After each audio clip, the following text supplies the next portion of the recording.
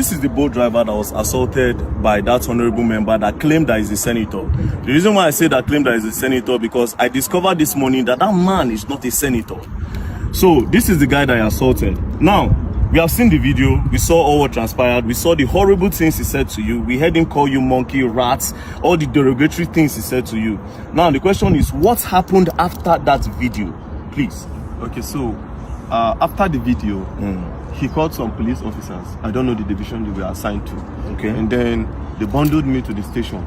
I wanted to drive the car. They said no, I should not drive. Okay. So two sat beside me, and I was in their middle. Okay. And then they drove me down to the station. Okay.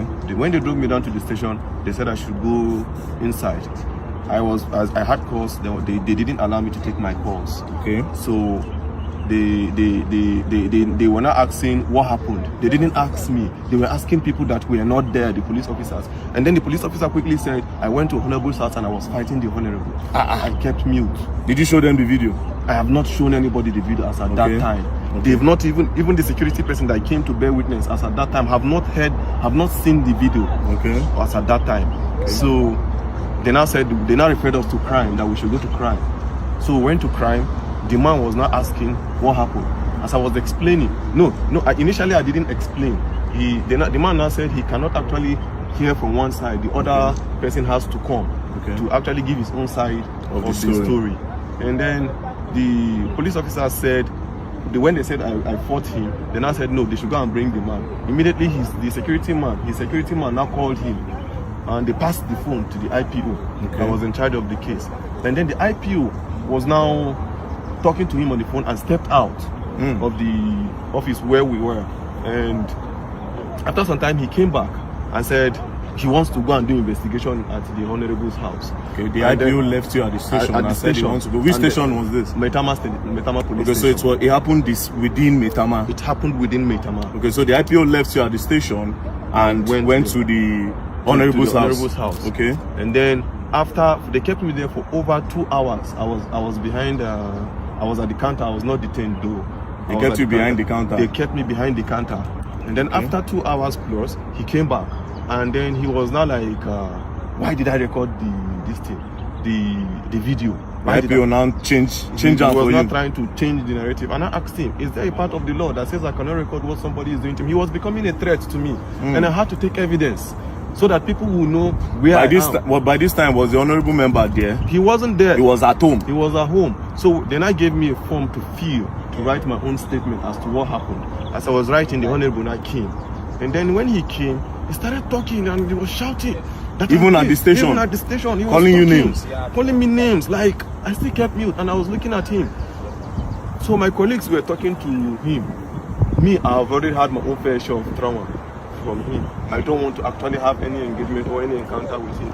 I just went to one corner and I sat down. And I was listening to everything he was saying.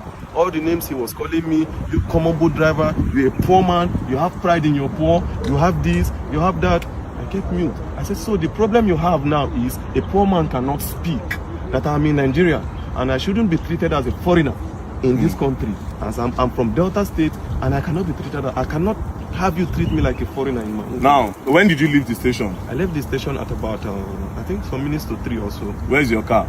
My car is still at the station. So the police collected your car? They collected my car. And you left the station this morning? Yeah, I left the station. Was the honorable member detained? He wasn't detained. They let him go? They let him go. That's really, really sad. Now, I want to ask you a question. The woman that sent you that message, do you know her name? I didn't know her name per se. Do you know her business name? I don't know her business name. It was a request. But I think I checked from my boat app. I think the last request that came in when I tried calling from the app, it was, I think, Gloria.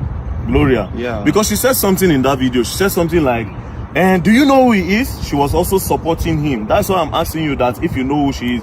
Now, what did you go and deliver to him? What even really happened? Just give me a brief summary of what happened before that video. Okay, before the video, I actually got a request on boat. Okay. Right? I was closing already because I needed to resume work this morning at 8:30. Okay. So I was closing at 9:10. I said, let me just quickly go home so that I can have enough rest. So I got this request to Maitama. I felt it was a normal request. And then she told me, no, that it's not a request, that I'm picking something up from a garden. Okay. Right, from a garden. Which garden? I don't know the name of the garden. She just described the garden that after Kado roundabout, okay, you will see one orange color container, and then there's a garden beside it. Okay. So I just quickly went there, parked. The girl just came without wasting time, brought the package that it's a snail. Snail. Said, okay, snail, yeah. So she dropped it. It was the girl that brought it and dropped it on the seat. She understood that part. Okay. I was like, okay, there's no problem. I'm going. So on getting to the man's house, I called him. Okay, I'm at your gate. And I said, okay, I should give it to the security man. They gave it to the security man. The security man explained where the house address is. So I drove down to the house. On approaching, I called the man again. I said, Oga, I'm here. He now said, I'm not here. That if you're here, I will see you. So I drove. He now said I should park beside one car. When I parked beside the car, I saw him, but I didn't know he was the one. So I saw him seated few meters away from my car. So I greeted, good evening, sir. He didn't respond. Good evening, sir. He didn't respond. So I presume he is not the one that I'm supposed to deliver this thing to. Okay. And since he didn't answer, the next thing is for me to call the person that has this package.